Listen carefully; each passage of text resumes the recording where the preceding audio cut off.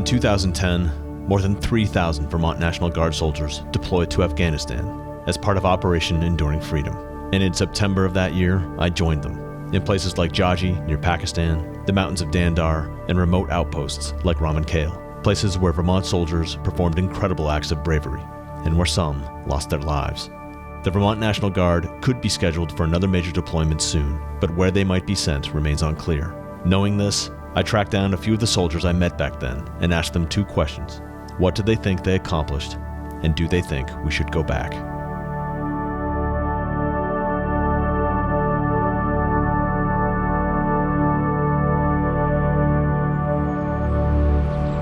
So if I got a Jericho element down there on the west, go ahead and get a Terp down there to do a read. I'd like to know what they're telling the local civilians down at that location. Sounds kind of fever. In 2010, I was an infantry heavy weapons company first sergeant. We went in at a time when the political notion of reduce and pull back was already being spoken. 2010 and really 2009 and 2011, those 3 years were pretty big years. President Obama decided to declare a surge of troops in 2009, which entailed sending tens of thousands of new American soldiers into Afghanistan and more than 100,000 U.S. troops there. And the objective of the U.S. and its NATO partners is with that many troops on the ground, finally there would be an ability to turn the tide in the war and finally put the Taliban on the defensive so that it would be in a position to stop fighting and hash out an agreement to end the war. We were going to have to hold. We were going to have to create an environment of security that was going to allow the Afghans to continue to ramp up. Well, they ended up sending us out and we expanded in places that hadn't had a lot of influence or a lot of contact from the coalition forces since the very beginning, if at all. Initially, we were supposed to go over to be an advise and train mission, but they had restructured the way they were operating in theater, redefined our role from being advise and assist brigade to being an actual brigade combat team. And so we're the first National Guard brigade to be given that role. In 2010, we were assigned to Cap Herrera in the eastern part of Paktia province. It's where bin Laden made his name for himself. He built his training and fighting camp. It's called the Masada, the Lion's Den. We got soft hands for a farmer. We kind of started stirring the pot, asking where the bad guys were, where there were stores of weapons and explosives and things like that. Then we started to get noticed, and then that's when we would start getting our, not nightly attacks, but, certainly a couple times a week. They're not shooting at us, so we just keep going. Not shooting at us yet. And when they do, I'll be ready. It's the best ambush site along that road. The valley narrows where it passes a small village called Tarkanai. You can see the signs of ambushes there for decades. I always remember the first couple of times driving through, it was just pucker factor, oh, here it comes, this is the spot if it's gonna happen. My truck was in the lead.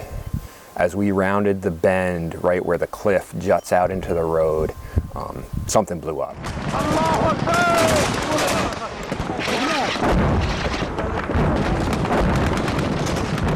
The constant boom, boom, boom, boom of RPGs as they were going off. Any complex ambush or an IED like that, it was push through it, just keep driving, get out of the kill zone. They're trying to stop you in that engagement area, in that kill zone. And so they volley fired RPGs into the engine compartment of my truck and it wouldn't drive.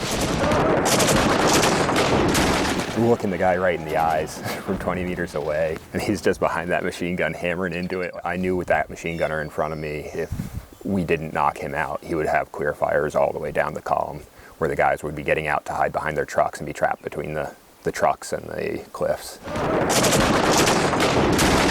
I opened my door and the guy shifted the machine gun right down to where I opened it up. It was rounds pinging right around. It shot off the door handle, shot that side window. The RPG team comes back up. They'd reloaded behind the stone wall. I pulled the door shut again and just sort of leaned away, and the round was fired right at me. Blew through the firewall and spalled out on the armor, basically immediately between my legs. Did the quick good, and then just got right back to it, pushed the door open, and I shot the machine gunner.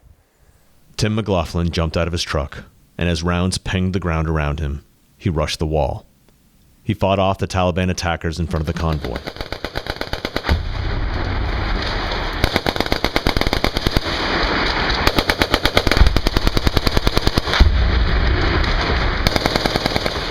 got RPG stuck right in there in your truck. Soldiers were able to get out of their vehicles and fight back without threat of being cut down by that machine gun and RPG fire. Not a single soldier was killed that day. Vermont National Guard personnel familiar with the ambush at Tarkanai described it to me as, quote, the worst case scenario, and that if Tim McLaughlin hadn't acted, soldiers would have died. One said it would have been guaranteed. But despite similar acts of courage under fire, not every day would be as fortunate. 5 soldiers in the Vermont-led 86th Infantry Brigade Combat Team were killed in action in 2010. Sergeant Tristan Southworth, Sergeant Stephen DeLuzio, Specialist Ryan Grady, Sergeant Robert Barrett, Sergeant Edwin Rivera. After seeing some of what soldiers faced and listening to their stories, I'm still amazed to this day that that number wasn't higher. But when they got home, a much greater threat was waiting for them. A threat that has turned out to be much more deadly than any enemy they face in Afghanistan. Although an exact number is hard to determine, more soldiers have taken their own lives or suffered other fatal outcomes than were killed in combat during the 2010 deployment. The sacrifices all of you have made, the sacrifices your families make every single day, are what make America free and what make America secure.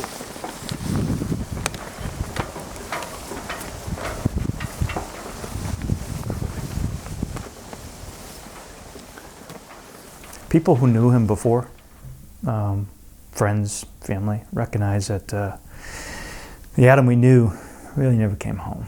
During the reporting of this project, William Roy's son, Adam, took his own life.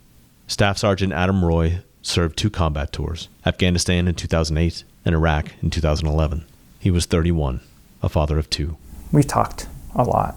He knew he had struggles. I tried to convince him to talk to folks, VA, but wanted to do it on his own.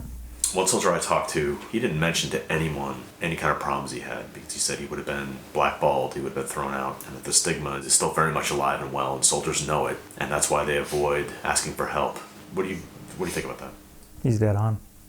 He's dead on. I mean, you know, I just went through revalidation of my top secret clearance for the job I have, and you know, one of the questions they ask is, you know, have you sought mental health for any issues? You know, and people know they're going to ask those questions, and you love to serve, and so you want to put anything in jeopardy.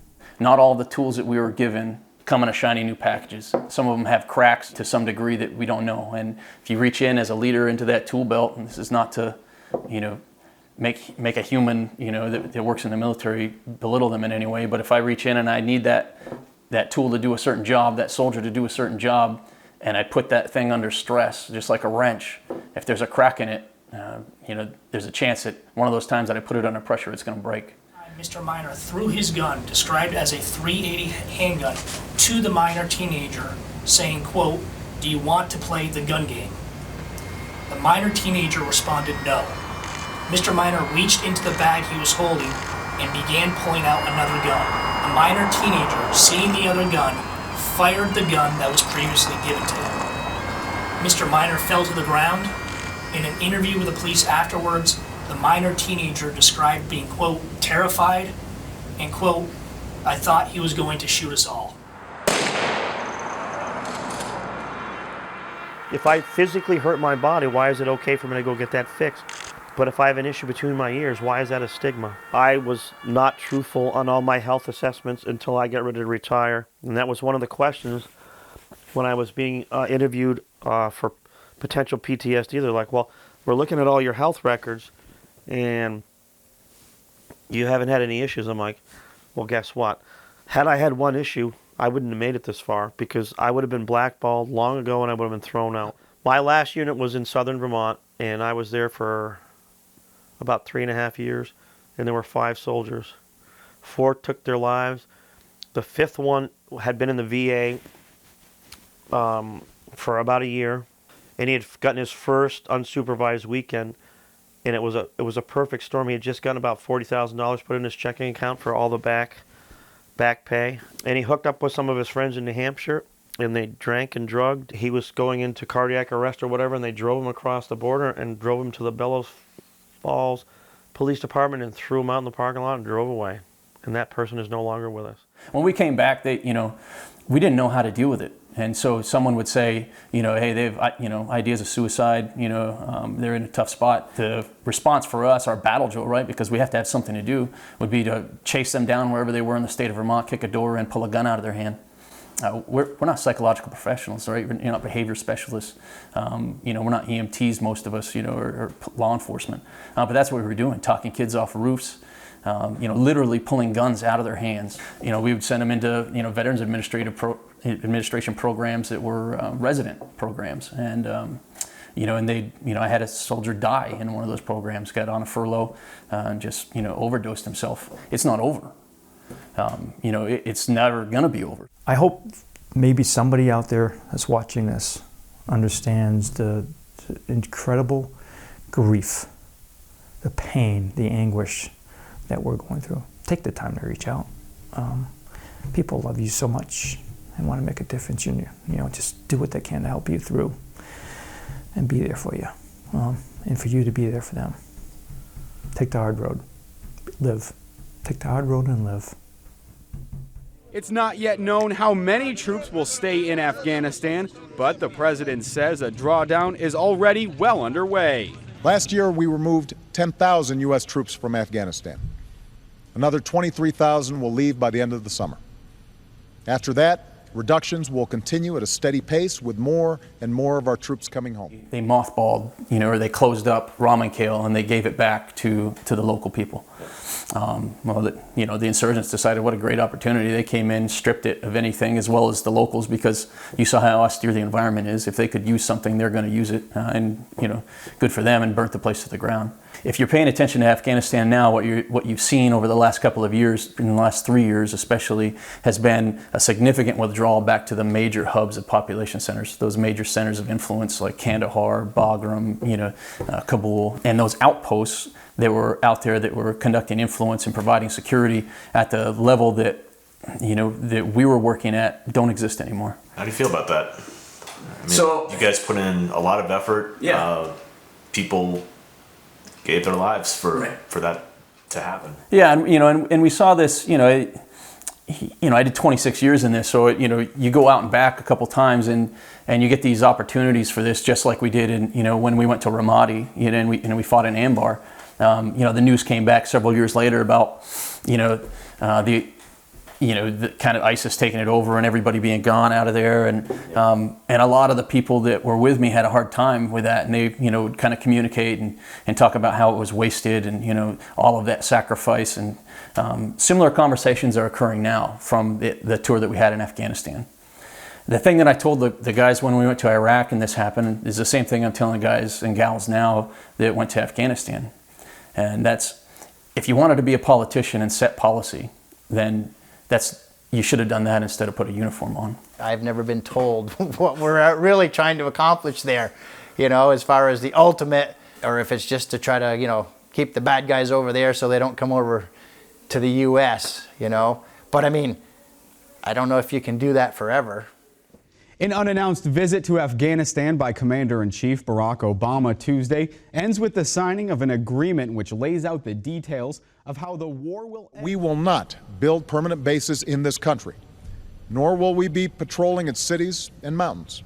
That will be the job of the Afghan people. The Afghan security forces are just not capable of maintaining security there. Stabilization efforts that went in after soldiers like those from Vermont were in Afghanistan, propping up the local governments, getting security forces set up.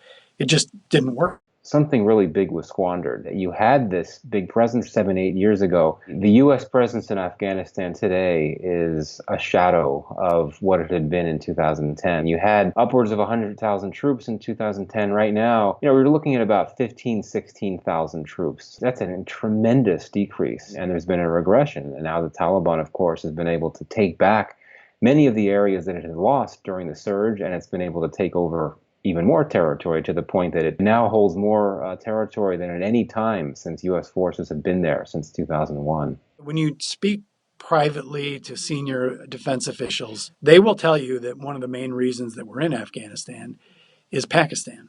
And the worries that Pakistan, which has nuclear weapons, could lose control of them, and that we would need to be nearby to be able to deal with such a contingency. Groups that call themselves Al-Qaeda or ISIS have found havens in Afghanistan, so we need to be there to do counterterrorism work. None of that stuff is going to go away anytime soon, and isn't necessarily dependent on Afghanistan becoming, a stable, thriving government. You could look at it, as I've heard it described before, as an insurance policy for U.S. national security for us to be there. It's hard to make that case to somebody who's going to Afghanistan for a year-long tour and you're being told you're an insurance policy against some really bad stuff happening. But in fact, that may be just the most accurate way to put it. When I come back to was it worth it or not? It's, I think that's the main, where I'm torn is because I don't see our actions there necessarily having a long-term political or cultural influence. If anything, maybe the development of infrastructure is opening up their values to the world a little bit, so they're seeing more of the world and they'll change on their own. That's a 50-year change, not a 5 or a 10 or even 17 years now. What's it going to take to get to a point in Afghanistan where the ANA is a well-trained independent army, where the police do their job the way they're supposed to, central government is solid? What's that going to take? Time and commitment. So the question is okay, time, 16 years, right? That's a blink of an eye. The fight against the Taliban is not an ideological fight. It's about access to the next generation to give them a chance to look at things a little differently, the way they need to look at them, not the way we think of them.